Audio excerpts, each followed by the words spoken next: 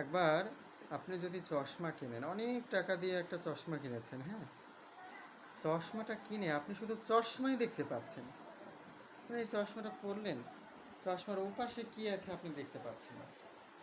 ঠিক আছে, এখন তাতে কি আপনার লাভ হবে? আপনি চশমাটা কেন কিনলেন, কেন বানালেন? আপনার হয়তো বা চোখে প্লাস অথবা মাইনাস আছে। এখন আপনার যদি প্লাস থাকে তাহলে পাওয়ার মাইনাস নিতে হবে, আর যদি আপনার চোখের পাওয়ার মাইনাস থাকে তাহলে আপনার প্লাস ব্যবহার করতে হবে।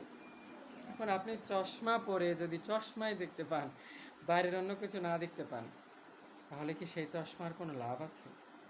তো ঠিক গুরু নির্বাচনও তেমনভাবে করতে হবে। যারা গুরুদেবকে ভগবান মনে করেন, শুধুমাত্র গুরুদেব গুরুদেব, জয় গুরু, গুরুবাদী, যারা গুরুই সব কিছু, গোবিন্দকে আপনি চিনতেই পারলেন না। গুরু হচ্ছে চশমার মতো। আমি হচ্ছে মহাপাতকী, মহাপাপী।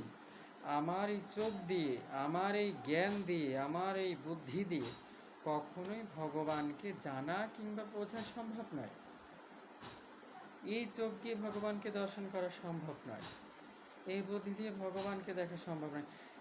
সেই কাজটা হচ্ছে, সেই চশমাটা হচ্ছে গুরুদেবের। গুরুদেব আমার চশমা স্বরূপ, পাওয়ারই চশমা, যে চশমার মাধ্যমে আমি স্পষ্ট রূপে ভগবানকে দেখতে পারবো।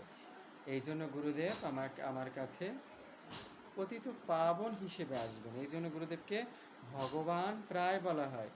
যখন আমাদের কেউ মরণাপন্ন রোগী, আমার বাবা অথবা মা, যে হোক না কেন, ডাক্তারের কাছে যাই, তার প্রাণ যদি ডাক্তার রক্ষা করতে পারে, তখন তাকে আমরা কি বলি? ডাক্তারবাবু, আপনি আমার ভগবান। কিন্তু আসলেই কি সে ভগবান? সে তার বিদ্যা প্রয়োগ করেছে। তো ঠিক সেরকম গুরুদেব ভগবান নন, সে ভগবানের যোগ্য পার্ষদ। পার্ষদ বলে ভুল হবে, সে যোগ্য দাস। সে ভগবানের প্রেরিত দাস, যে কিনা আমাকে উদ্ধার করতে এসেছেন এবং আমাকে দাসত্ব দান করে ভগবানের দাসে পরিণত করবেন। ঠিক আছে, চশমা দান করবেন। এখন আমি যদি চশমা পরে শুধুমাত্র চশমাই দেখি, ভগবানকে না চিনতে পারি, শুধু গুরু গুরু গুরু গুরু করি, শুধু ভগবানকেই যদি না চিনতে পারি, সেই গুরু গ্রহণের কোনো মাহাত্ম্য নেই। জয় গুরু, জয় শ্রী রাধে।